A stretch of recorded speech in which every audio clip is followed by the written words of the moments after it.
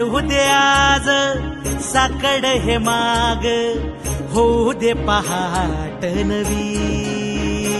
आता होऊन जाऊ दे साऱ्या जगाला पाहू दे, पडू दे पाऊल जरी काट पाया खाली साखळ्याला येऊ दे, पडू दे पाऊल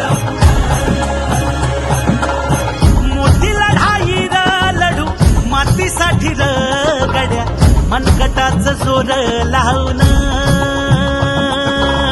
दाटला जरी अंधार एकजूट होऊ आज, दिवा देऊ तेज धावून.